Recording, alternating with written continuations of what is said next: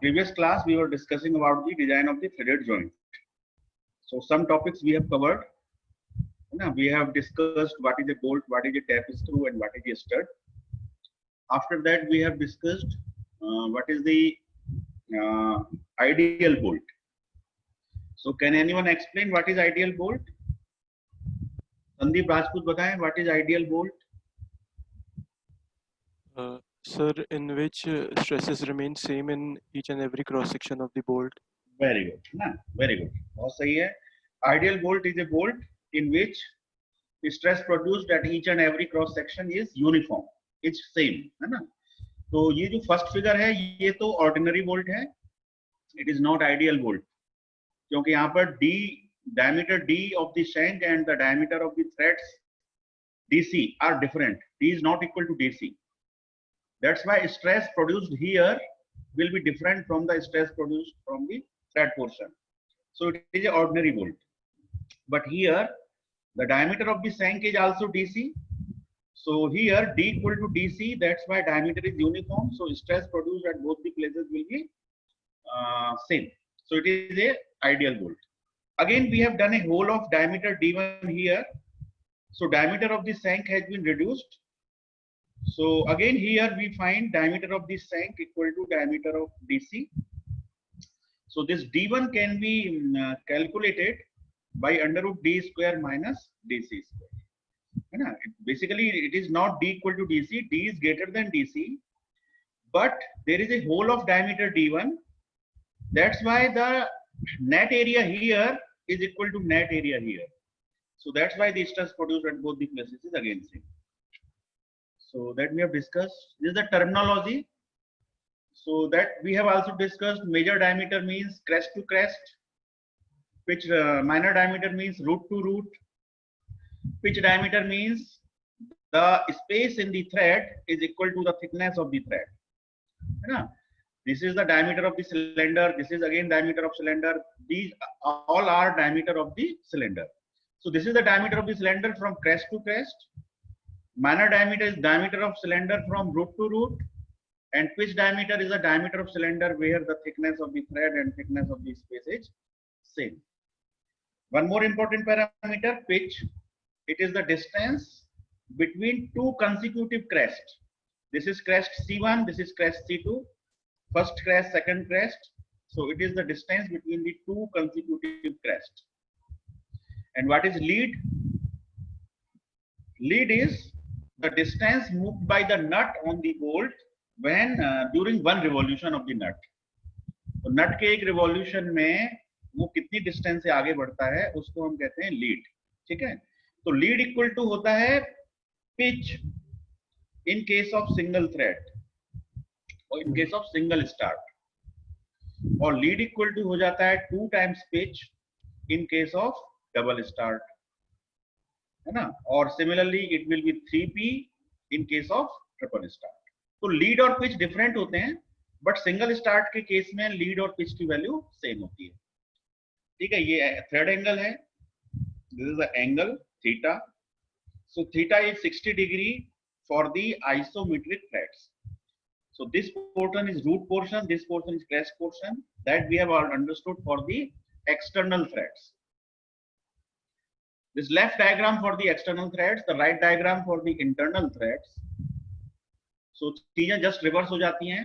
जो यहाँ crest है वो यहाँ root बन जाता है क्योंकि हम अंदर से देख रहे हैं. So this portion is root and this portion is crest. ठीक है, just reverse है. तो टर्मिनोलॉजी सेम है. यहाँ हम स्मॉल लेटर्स का यूज करते हैं, यहाँ पे हम कैपिटल लेटर्स का यूज करते हैं. सर हाँ बोलिए सर. वो 60 डिग्री एंगल आपने किसके लिए बताया था?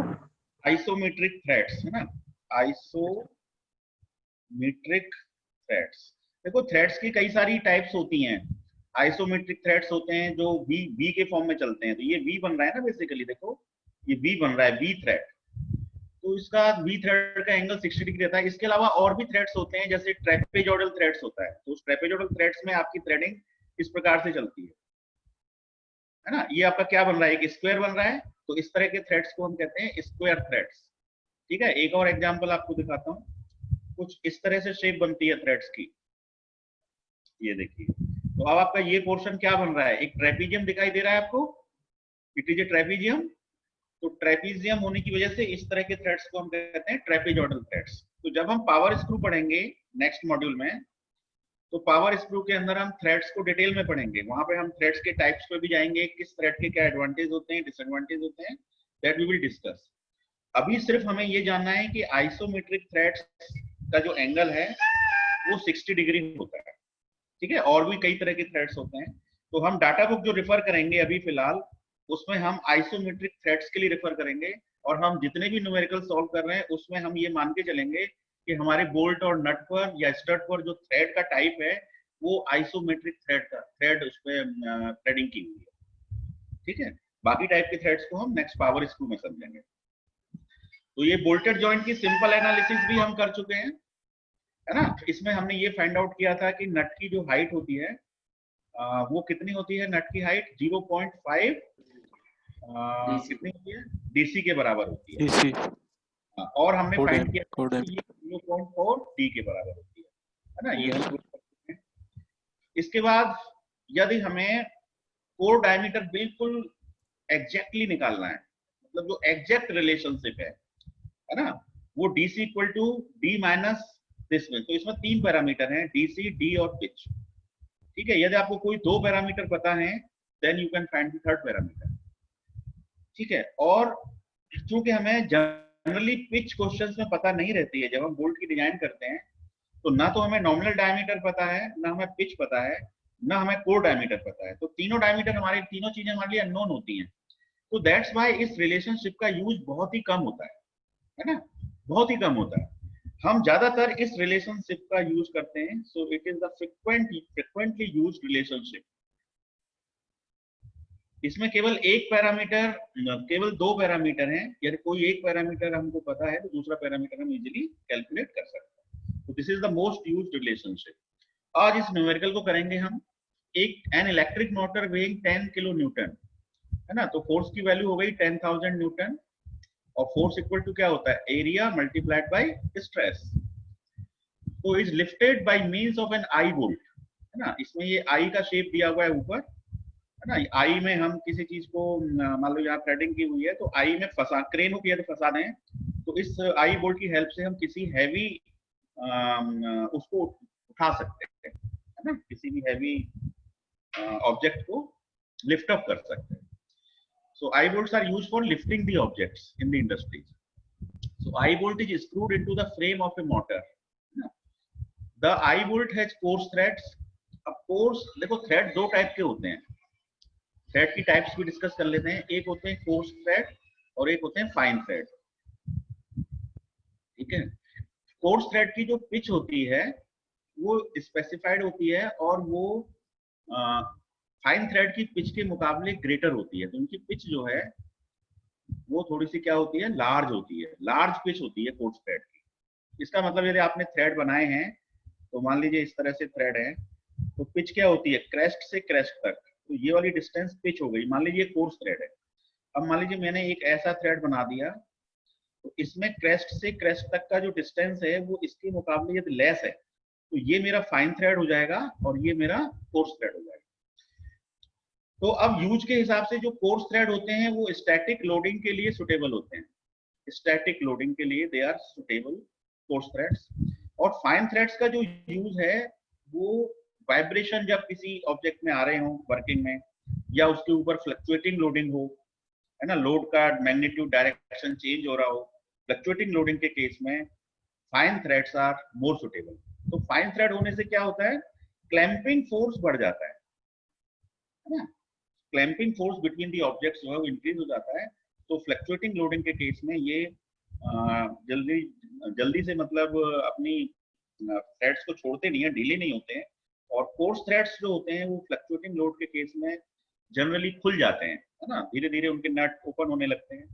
तो यदि कभी एग्जाम में यूजेस या इंटरव्यू में यूजेस पूछे जाए तो आप यही बताइए कि स्टैटिक लोडिंग के लिए कोर्स थ्रेड्स आर सुटेबल, और इनकी जो पिच होती है वो फाइन थ्रेड के मुकाबले थोड़ी सी ज्यादा होती है। तो ये थोड़ा कोर्स सोर्स के बारे में हो गया। It is made of plain carbon steel 30C8 SYT 400 and the factor of safety is 6, ठीक है। SYT 400 है मेगा पास्कल में।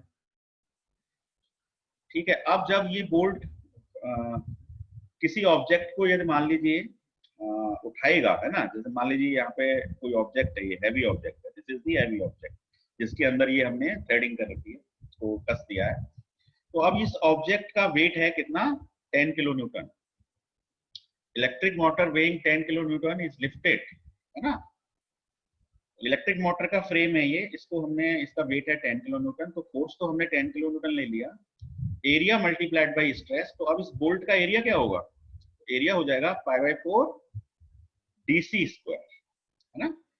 कौन सा डायमीटर लेंगे, core diameter, core diameter is the minimum diameter, so we will use core diameter. देखो bolt और rivet में यही फर्क होता है, वहां पर रिवेट में तो कोई थ्रेडिंग होती नहीं है, तो वहां तो π/4 d स्क्वायर ही एरिया रहेगा। बट बोल्ट के केस में आपके दो एरिया हैं, एक π/4 d स्क्वायर और एक π/4 dc square. dc square is the core area, π/4 d square is the nominal area. तो जब कभी स्ट्रेस की बात करनी हो तो हमें π/4 dc स्क्वायर का यूज करना है। So area is π/4 d square multiplied by stress. तो बताइए कौन सा स्ट्रेस डेवलप होगा, टेंसाइल या शियर। जब ये किसी ऑब्जेक्ट कर रहा है नेचुरली टेंसाइल स्ट्रेस डेवलप होगा, तो सिग्मा टी, है ना। यदि शियर डेवलप होगा तो मल्टीप्लाइड बाय टाउ करना है। तो जब ये सिग्मा टी है, तो अब सिग्मा टी की वैल्यू कैसे निकाल सकते हैं। सिग्मा टी क्या होता है, SYT divided by factor of safety, है ना। अब SYT कितना दे रखा है, 400, फैक्टर ऑफ सेफ्टी हमें कितना दे रखा है, 6, तो 400/6 हमारा सिग्मा टी आ गया। बस अब इस पूरी इक्वेशन में क्या चीज अननोन है, केवल डीसी अननोन है। तो आपकी इक्वेशन बन गई 10,000 equal to π/4 dc square multiplied by 400 divided by 6।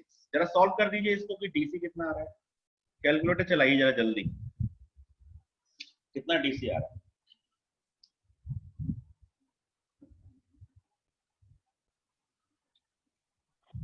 So 13.882 हाँ, DC is coming 13.82, sir, 82. Very good.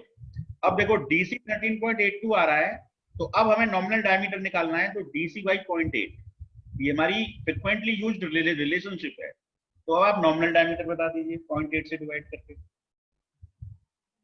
17.275 17.27 mm, ठीक है। 17.27 को राउंडिंग ऑफ करके हम क्या कर सकते हैं, लगभग 18 mm, ठीक है। तो नॉमिनल डायमीटर हमारे हिसाब से कितना होना चाहिए, 18 mm होना चाहिए, ठीक है।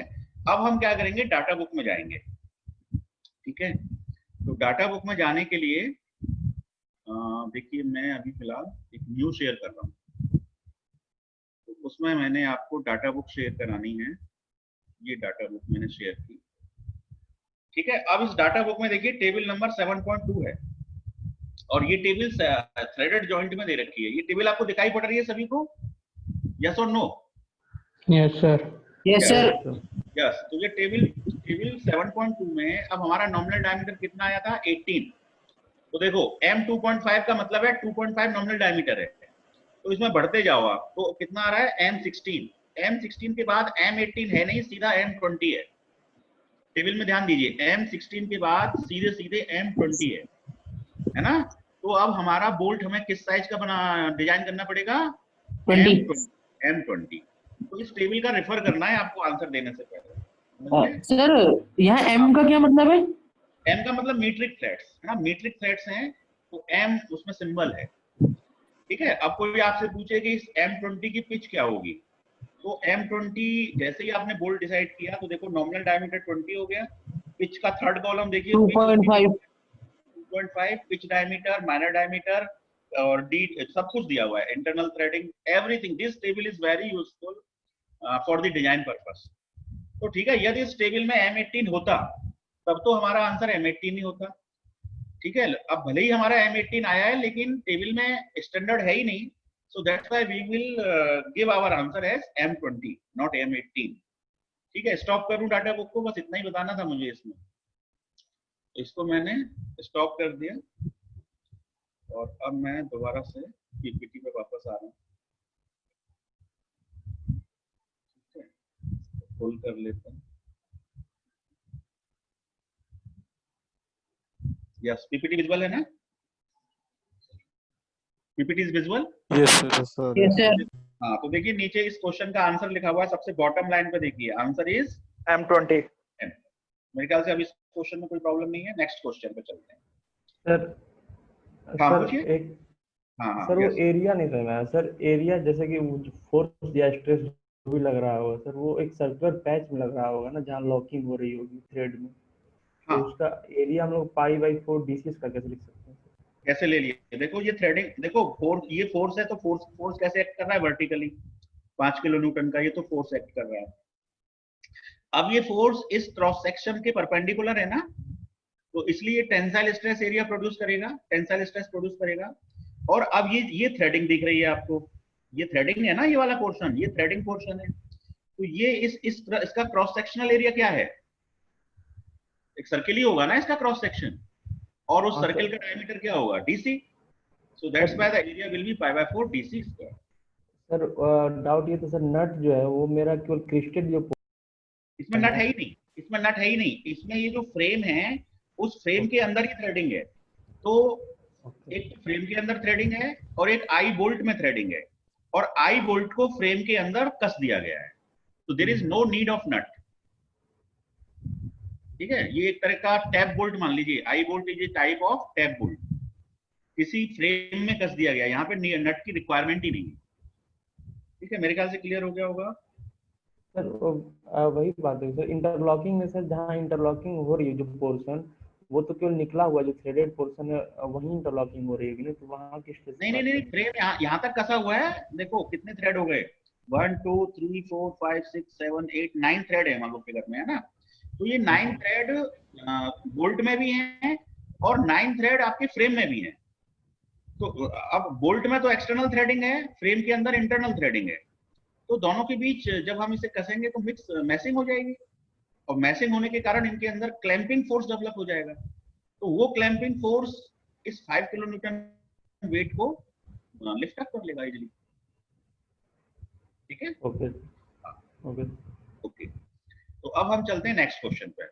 तो देखिए अब यहाँ पर ये प्लेट नंबर 1 है, ये प्लेट नंबर 2 है। ठीक है, दोनों में बताओ ये कैसा जॉइंट है, लैप है या बट है, जल्दी से बताओ फिगर देख के। लैब जॉइंट है। लैप जॉइंट है क्योंकि इसमें ओवरलैपिंग हो रही है ना। ओवरलैपिंग पोर्शन कहां से कहां तक है, पॉइंट ए से लेके पॉइंट बी तक, ये हमारा ओवरलैपिंग पोर्शन है, A B is the overlapping portion. अब इस ओवरलैपिंग पोर्शन में हमने बोल्ट का रो लगा दिया है, so this is first row and this is second row, है ना, this is first row, this is second row. अब फर्स्ट रो के अंदर कितने बोल्ट हैं, केवल एक बोल्ट है यहाँ पर, और सेकंड रो के अंदर भी कितने बोल्ट हैं, एक बोल्ट है, दोनों रो में एक एक बोल्ट लगाया हुआ है, वो इस डायग्राम से पता चल रहा है। अब ये फोर्स आ रहा है, तो two plates are fastened by means of two bolts, the bolts are made of plain carbon steel 30C8। ठीक है, 400 इसका SYT है, फैक्टर ऑफ सेफ्टी 5 है। Determine the size of the bolt, size of the bolt निकालना है, मतलब वही बताना है कि ये M20 होगा, M16 होगा, मतलब नॉमिनल डायमीटर बताना है। साइज ऑफ द बोल्ट से मेरा मतलब फाइनल ये है कि आपको अल्टीमेटली नॉमिनल डायमीटर बताना है, बोल्ट का नॉमिनल डायमीटर क्या है। तो देखिए यहाँ पे 2 बोल्ट लगे हुए हैं। अब इस फोर्स की वजह से इस एरिया में क्या होगा बताइए, कौन सा स्ट्रेस डेवलप होगा, टेंसाइल या शियर, शेयर डेवलप होगा। तो अब हमारी इक्वेशन हो जाएगी force equal to area multiplied by stress, तो area A multiplied by stress is tau. ठीक है, ये जरूर ध्यान दे लेना, जहां टेंसाइल स्ट्रेस डेवलप हो रहा है तो A इंटू सिग्मा टी, यदि शियर स्ट्रेस डेवलप हो रहा है तो A इंटू टाउ। ठीक है, अब फोर्स की वैल्यू क्वेश्चन में दे रखी है, बताओ 5 kilo Newton it is given, तो P को 5000 रख देते हैं, न्यूटन में कन्वर्ट कर दिया, है ना। कैलकुलेशन के लिए न्यूटन में जरूर चेंज कर लिया करो, क्योंकि टाउ की वैल्यू हमारी मेगा पास्कल में होती है, मतलब वो न्यूटन पर mm स्क्वायर में होती है, दैट्स व्हाई। अब एरिया, अब बताओ एरिया कितना लोगे इसका, क्रॉस सेक्शनल एरिया। अब 2 एरिया है आपके पास, एक तो π/4 d स्क्वायर है, एक π/4 DC स्क्वायर है। DC स्क्वायर मिनिमम एरिया है, π/4 d स्क्वायर नॉमिनल एरिया है। तो हमें कौन सा एरिया लेना चाहिए, DC स्क्वायर। हाँ देखो, मान लीजिए हमारा ये पूरा बोल्ट है, इस बोल्ट को देखिए, यहां से लेके यहां तक ये बोल्ट है पूरा कंप्लीट। अब इसे पूरे में थ्रेडिंग हो रही है कंप्लीट लेंथ में, तब तो एरिया लिया जाएगा π/4 DC स्क्वायर, क्योंकि पूरे में थ्रेडिंग हो रही है। आपकी शेयरिंग हो कहां रही है, शेयरिंग आपकी इस पोर्शन पे ही तो हो रही है, this is the sharing portion, this is the sharing portion, दोनों प्लेटों के बीच में जो कॉमन एरिया है। तो यदि कभी कभी बोल्ट में पूरे में थ्रेडिंग नहीं होती है, बोल्ट मान लीजिए ये बोल्ट है, दिस इज द बोल्ट, तो इसमें से कुछ पार्ट में तो थ्रेडिंग है और बाकी जो पोर्शन है वो अनथ्रेडेड है, उसको हम कहते हैं शैंक। तो एक पार्ट होता है शैंक और एक पार्ट होता है थ्रेडेड। तो यदि ये इस तरह का कंसीडर करेंगे आप, तो फिर आपको एरिया कितना लेना पड़ेगा, π/4 पाई d। By 4 D square. हाँ, π/4 d स्क्वायर लेना पड़ेगा। तो जनरली थ्रेडिंग उतने ही पोर्शन में की जाती है जहां पर नट को कसना है ना, जहां पे नट को कसना नहीं है उसमें खामखा थ्रेडिंग क्यों की जाए, उससे कॉस्ट बढ़ती है ना। तो हम यहाँ पर एरिया कितना लेंगे, π/4 d square multiplied by tau. अब टाउ कैसे कैलकुलेट करोगे आप, देखो SYT दे रखा है 400, तो टाउ कितना हो गया 200। टाउ SYT का आधा होता है ना, सिग्मा टी मान लो आप निकालोगे तो 400/5 करोगे, फैक्टर ऑफ सेफ्टी 5 है, 400/5 कितना हो गया 80, है ना। अब 80 का भी आधा करोगे तो टाउ आपका हो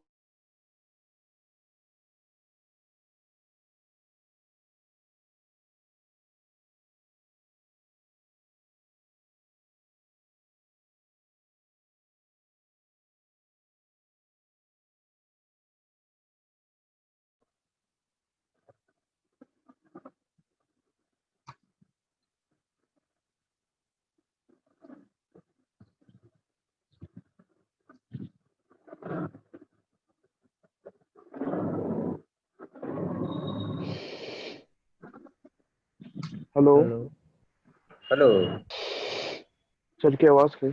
तेरा नेट गया।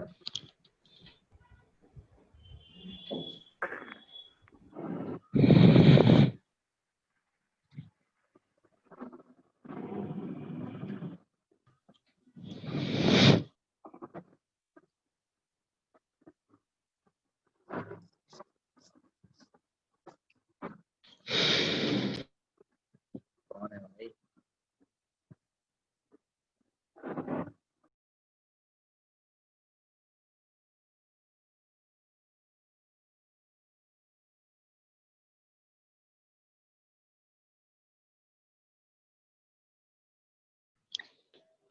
माइक बंद है आपका। सर आपका सर माइक बंद है सर। हाँ, अब मेरी आवाज आ रही है आपको। Yes sir. हाँ, तो अब इसको सॉल्व करने के बाद डी आपका कितना आया है, डी आपका आया होगा 8.92 आया है, ठीक है। इसको सॉल्व करेंगे तो डी की वैल्यू 8.92 आएगी।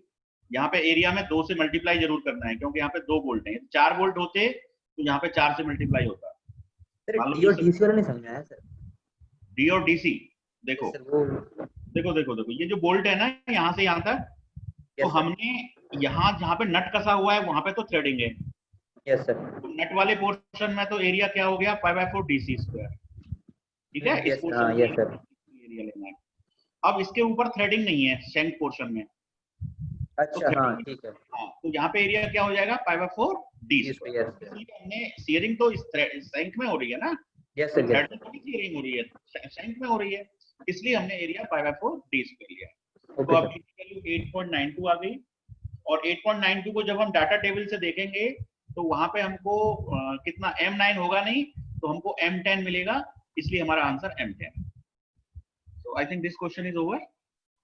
अब हम चलते हैं next question, eccentrically loaded bolted joint इन शियर, ठीक है। अब देखिए ये क्वेश्चन है। अब देखो रिवेट में हमने इस तरह के क्वेश्चन किए हैं, ये फोर्स आ रहा है, तो क्या तरीका होता था बताओ। ये रिवेट और बोल्ट है ना, एक ही तरह का केस है, कोई अंतर नहीं है। रिवेट में डायमीटर डी होता है लेकिन बोल्ट में डायमीटर डी और डीसी होते हैं।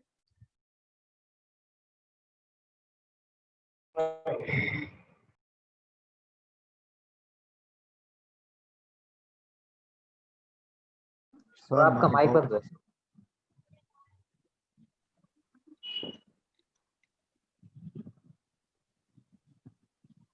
सर सर माइक बंद हो गया सर। आपको लगा हाँ, अब तो मेरी आवाज आ रही होगी। Yes sir. हाँ, हाँ, अब इसमें देखो कितने बोल्ट लगे, टोटल कितने बोल्ट लगे हुए हैं? 1 2 तीन। 3। तो सबसे पहले निकालते हैं primary shear, P1 dash, P2 dash, P3 dash. ठीक है, फोर्स अपॉन फोर्स कितना है? 5 किलो न्यूटन यानी कि 5000 न्यूटन। तो आपका हो गया 5000 डिवाइडेड बाई 3, 3। जो भी आएगा। मैं स्टेप बता रहा हूँ बस आपको, है ना। अब दूसरा हमें निकालना पड़ता है secondary share, P1 double dash, P2 double dash, P3 double dash. ये अब सब इक्वल तो होते नहीं है, ये तो अलग अलग होते हैं। तो P1 double dash is given by CR1, P2 double dash given by CR2, P3 double dash given by CR3। ठीक है, और इससे पहले क्या निकलता है? कांस्टेंट। कांस्टेंट क्या होता है? m upon R1 square plus R2 square plus R3 square. अब m की वैल्यू आप कितनी ले लेंगे बताओ? Force into eccentricity. तो अब इस रिवेट सिस्टम का सेंटर ऑफ ग्रेविटी कहाँ होगा बताओ जरा? 2 पे। ये सेंटर ऑफ ग्रेविटी होगा G। तो अब G का डिस्टेंस कितना है फोर्स से? फोर्स यहाँ पर है, फोर्स से G का डिस्टेंस 200 प्लस 30 305। 305। तो ये हो गया 5000 into 305 divided by R1 R2 R3। तो देखो R1 होता है G से पहले रिवेट का डिस्टेंस। तो G से पहले रिवेट का डिस्टेंस कितना है? 75। 75। R1 की वैल्यू हो गई 75। अब बताओ R2 कितना है? G से सेकंड रिवेट का डिस्टेंस, 0। G से सेकंड रिवेट का डिस्टेंस 0 है ना। R3 हमारा कितना हो गया? 75। R3 भी 75 हो गया। तो हम लिख सकते हैं 75 square plus 0 square plus 75 square. जरा सॉल्व कर दीजिए, कितना आ रहा है? 13.55। कितना आ रहा है? 135.55। 135.55। ये हमारा हो गया कांस्टेंट। ठीक है, और इसकी यूनिट हो गई न्यूटन पर मीटर पर मिलीमीटर। अब आप निकाल लीजिए P1 डबल डैश। अब इन तीनों में से कौन सा निकालना ज्यादा ठीक रहेगा, है ना? जो हैवीली लोडेड हो। तो पहले अब इसका FBD बना लेते हैं। ठीक है, इसको जरा ध्यान रखिएगा, मैं इसकी इंक क्लियर कर रहा हूँ और इसका मैं FBD बनाता हूँ। या चलो यहाँ बना देता हूँ, FBD यहाँ बना देता हूँ। तो देखिए मेरे पास ये पहला बोल्ट है, ये दूसरा बोल्ट है, ये तीसरा बोल्ट है। ठीक है, ये फर्स्ट, ये सेकंड, ये थर्ड, ये सेंटर ऑफ ग्रेविटी है। अब मुझे पहले प्राइमरी शियर दिखाना पड़ेगा। तो प्राइमरी शियर आ जाएंगे downward, P1 dash, P2 dash, P3 dash. ठीक है, अब मुझे सेकेंडरी शियर दिखाना है। तो सेकेंडरी शियर कैसे दिखाते हैं? R1 का परपेंडिकुलर खींचना है। तो R1 ड्रॉ करो पहले। G से लेके 1 तक का डिस्टेंस ये है R1। इस R1 का परपेंडिकुलर खींचो, है ना। परपेंडिकुलर पर एरो लगाओ, और एरो इस प्रकार से लगाना है कि क्लॉकवाइज मूवमेंट बन जाए, क्योंकि हमारे क्वेश्चन में क्लॉकवाइज मूवमेंट है। देखो, इस फोर्स की वजह से इस G पर इस एरो को आप G की तरफ घुमा के लाइए, तो कैसा मूवमेंट बन रहा है? क्लॉकवाइज। क्लॉकवाइज। तो मुझे क्लॉकवाइज मेंटेन करना है। तो क्लॉकवाइज के लिए मेरा एरो ऊपर आएगा। ठीक है, अब आते हैं रिवेट नंबर 2 पर। रिवेट नंबर 2 पे R2 खींचो। क्या R2 है यहाँ पे? R2 तो 0 है। R2 तो 0 है, इसका मतलब सेकेंडरी शियर फोर्स रिवेट 2 पे 0 होगा। तो उसे खींचने की जरूरत नहीं है। जब 0 है हम उसका मैग्नीट्यूड, तो उसे ड्रॉ करने की जरूरत नहीं है, क्योंकि R2 0 है। R2 0 होने के कारण P2 डबल डैश जो है वो 0 हो जाएगा। R2 0 होने से P2 डबल डैश 0 हो गया। 0 होने से उसे ड्रॉ करने की जरूरत नहीं है। अब आ जाइए इस पॉइंट पे, R3 ड्रॉ करिए। ये R3 है, R3 का परपेंडिकुलर ड्रॉ करिए। अब आपको एरो लगाना है। एरो इस तरह से लगाना है कि क्लॉकवाइज मूवमेंट बने। तो क्लॉकवाइज मूवमेंट बनाने के लिए आपको नीचे एरो लगाना पड़ेगा, यानी डाउनवर्ड एरो आएगा। बहुत इंपॉर्टेंट। इस G पर डाउनवर्ड एरो लगाओगे तभी तो क्लॉकवाइज मूवमेंट बनेगा। ये देखो सारे क्लॉकवाइज हैं, इसका भी क्लॉकवाइज। तो ये हो गया P1 डबल डैश और ये हो गया P3 डबल डैश। ठीक है, अब देखो रिवेट नंबर 1 पर P1 डैश और P1 डबल डैश का जो डायरेक्शन है वो अपोजिट है। बताओ, डायरेक्शन अपोजिट है ना।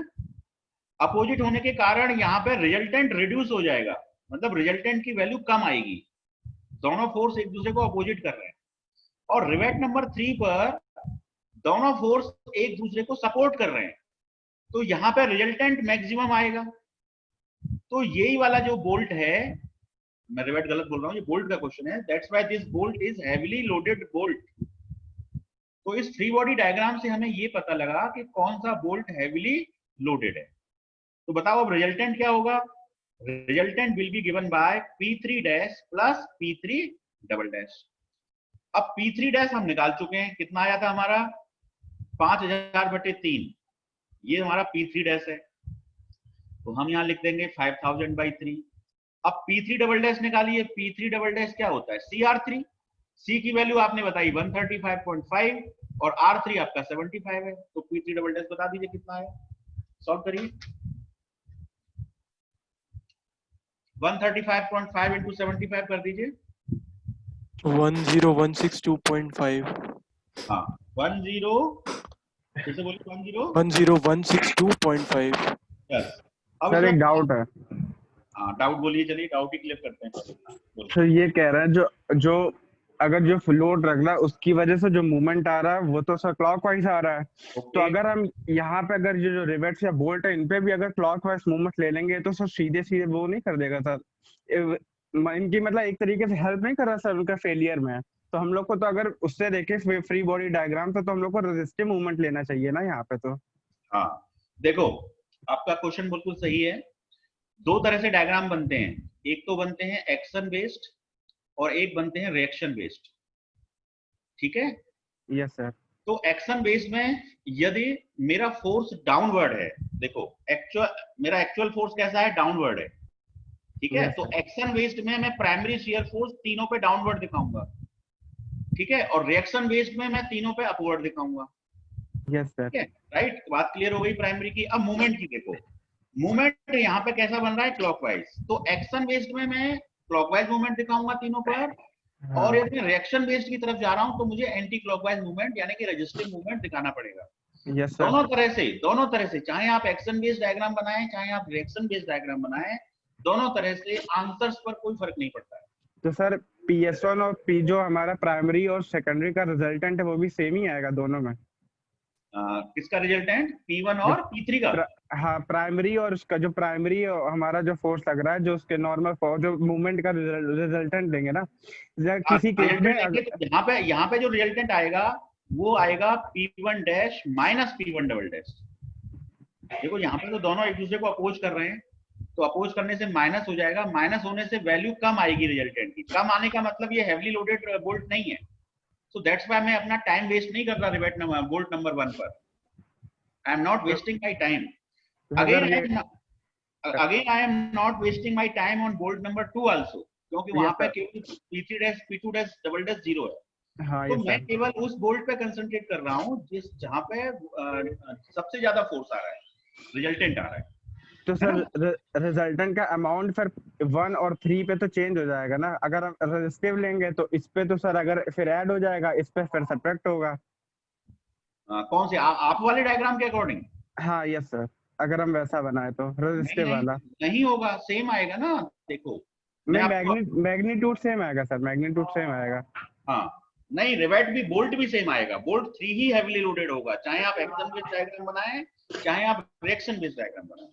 तो देखो अभी मैंने एक्शन बेस्ड दिखाया आपको, कौन सा बोल्ट हेवीली लोडेड है, bolt number 3 bolt number 3 add हो रहा है। ये तो क्लियर है। अब मैं रिएक्शन बेस्ड डायग्राम बनाता हूं और फिर आप बताना कि कौन सा बोल्ट हेवीली लोडेड है, तब भी 3 ही आंसर आएगा। देखिए मैं इसे क्लियर कर रहा हूं, आपका डाउट बहुत बढ़िया है कि कम से कम आपने ये पूछ लिया। तो देखिए मैं अभी रिएक्शन बेस्ड डायग्राम बनाता हूं और उसमें भी हमारा सेम आंसर आएगा कि बोल्ट 3 ही हेवीली लोडेड है। This is first, this is second, this is third, this is the centre of gravity. Primary shear force, क्योंकि मैं रिएक्शन बेस्ड बना रहा हूं इसलिए मुझे अपवर्ड दिखाने पड़ेंगे, P1 डैश अपवर्ड। अब रिएक्शन बेस्ड चल रहा है, ध्यान दीजिएगा, ये रिएक्शन बेस्ड डायग्राम है। P2 डैश भी अपवर्ड, P3 डैश भी अपवर्ड, ये प्राइमरी शियर इज ओवर, ठीक है। अब मुझे बनाना है सेकेंडरी शियर। तो देखिए मैंने R1 ड्रॉ किया, R1 ड्रॉ करने के बाद मैंने इसका परपेंडिकुलर खींचा। परपेंडिकुलर पर मुझे एरो लगाना है और एरो मुझे ऐसे लगाना है कि एंटी क्लॉकवाइज मूवमेंट बने, ठीक है, जी पर, क्योंकि मैं रिएक्शन बेस पे जा रहा हूं। तो एंटी क्लॉकवाइज मूवमेंट में मेरा एरो किधर आएगा, डाउनवर्ड, तभी तो एंटी क्लॉकवाइज बनेगा। ये देखिए अब मैं R3 पे जा रहा हूं, R2 तो खैर 0 है ही है, उसको तो दिखाने की जरूरत है ही नहीं। अब यहाँ पे मैंने इसका परपेंडिकुलर लिया, अब मेरा एरो किधर होना चाहिए, एंटी क्लॉकवाइज बनाने के लिए अपवर्ड। यस सर, ठीक है सर, सेम आ रहा है। अब बताइए कौन सा बोल्ट हैवीली लोडेड है? 3 ठीक, तो इस बात से कोई फर्क नहीं पड़ता कि हम एक्शन बेस्ड डायग्राम बनाएं या रिएक्शन बेस्ड डायग्राम बनाएं, दोनों में सेम आंसर आते हैं, केवल वो बदल जाती है, हमारी थीम बदल जाती है। I think it is clear now. Yes sir. Okay okay, चलिए मैं अब आगे चलता हूँ। तो अब हमने रिजल्टेंट निकाल लिया, जो भी आएगा आप स्टेप समझ लो, जो भी रिजल्टेंट आया उसके बाद क्या करना है, वो हैवीली लोडेड है तो उसका एरिया कितना है, π/4 DC square multiplied by tau, क्योंकि शियर का प्रॉब्लम है। तो बस अब यहां से DC निकल जाएगा, DC निकलती D निकल जाएगा, D निकलती आपको M20 पता चल जाएगा।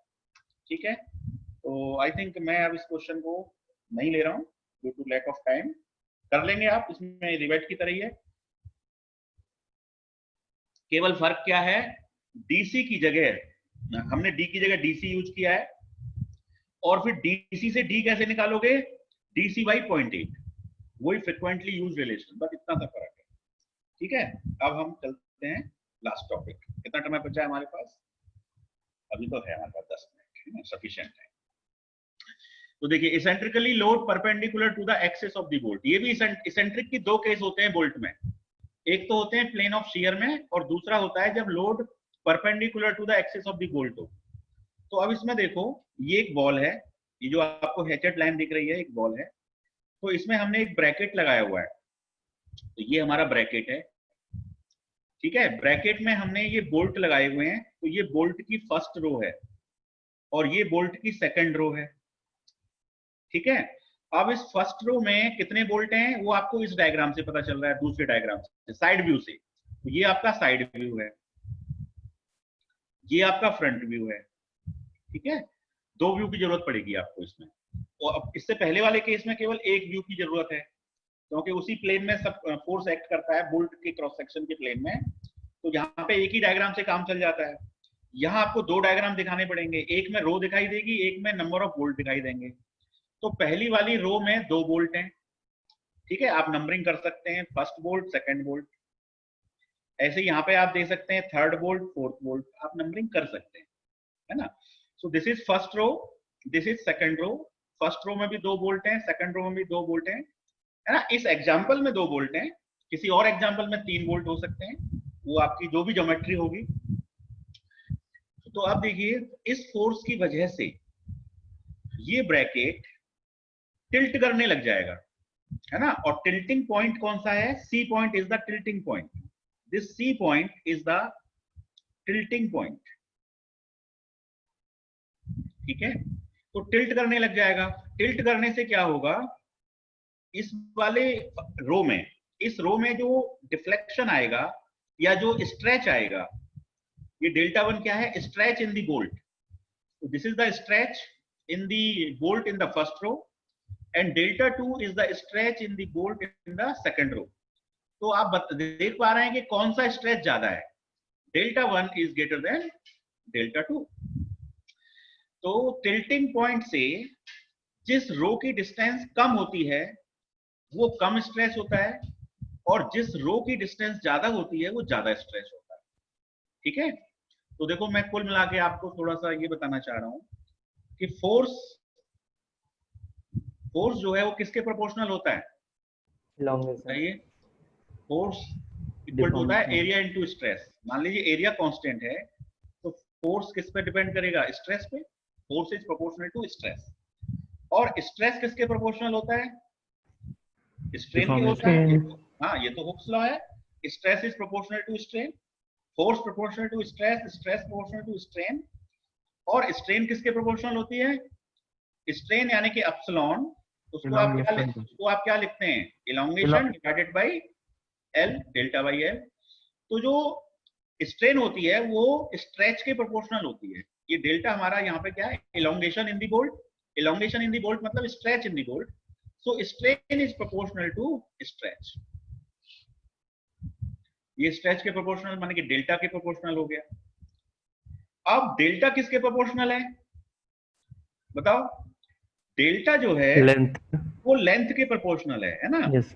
टिल्टिंग पॉइंट से जिसकी लेंथ, जिसकी डिस्टेंस ज्यादा है है ना, L1 ज्यादा है इसलिए डेल्टा 1 ज्यादा है, L2 कम है इसलिए डेल्टा 2 कम है, तो स्ट्रेच प्रोपोर्शनल टू L। तो कुल मिलाकर फोर्स जो है वो किसके प्रोपोर्शनल हो गया, L के प्रोपोर्शनल हो गया। अब ये फोर्स कौन सा फोर्स है, बोल्ट के अंदर प्रोड्यूस होने वाला फोर्स है ना। तो इस रो में कितने बोल्ट हैं, 2 बोल्ट हैं, तो इन दोनों बोल्टों में ज्यादा फोर्स प्रोड्यूस होगा और जो नीचे वाली 2 बोल्ट हैं उनमें कम फोर्स प्रोड्यूस होगा। तो हैवीली लोडेड बोल्ट कौन से हुए, ऊपर वाली रो के या नीचे वाली रो के, ऊपर वाली रो के हैवीली लोडेड हो गए।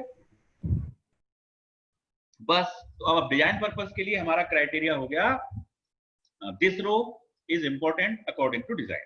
ये बात समझ में आ गई।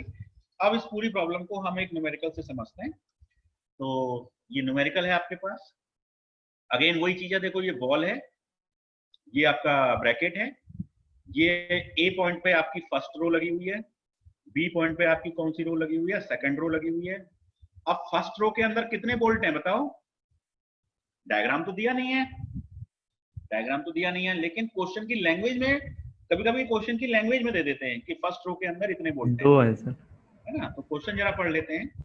ए ball bracket is attached to the wall by means of 4 identical bolts, 2 at A and 2 at B. इसका मतलब इसका यदि साइड व्यू बनाया जाएगा तो ए पॉइंट पे 2 बोल्ट हैं ए वाली रो में और बी वाली रो में भी 2 बोल्ट हैं, तो टोटल बोल्ट 4 है। बात समझ में आ गई। Assuming that the bracket is held against the wall and prevented from tipping about point C, तो C पॉइंट जो है वो कौन सा पॉइंट हो गया, टिपिंग पॉइंट या फिर कह लीजिए टिल्टिंग पॉइंट। तो अब जो डिस्टेंस मेजर होंगी वो C पॉइंट से मेजर होंगी। तो A पॉइंट की डिस्टेंस को यदि हम L1 कहें तो L1 हमारा कितना हो गया, 50 प्लस 500, 50 प्लस 500 यानी कि 550, और L2 हमारा मतलब सेकंड रो। अब यहाँ 1 और 2 से मेरा मतलब है दिस इज L1, ठीक है, और this is L2। L1 means distance of the bolts in the first row and L2 means distance of the bolts in the second row. So L2 का वैल्यू कितना हो गया, ओनली 50 है। ये तो क्लियर हो गया। अब आगे आते हैं, by all the four bolts and using an allowable tensile stress in the bolt as 35 newton, ये अलाउएबल वैल्यू दे रखी है, ठीक है। Determine the size of the bolt on the basis of maximum principal stress theory, ठीक है। Maximum principal stress theory इसने fix कर दिया है कि हमको इस थ्योरी से क्वेश्चन को सॉल्व करना है, ठीक है। तो देखिए अब क्वेश्चन को कैसे करेंगे। इस तरह के जो स्टेप होते हैं, तो पहला स्टेप होता है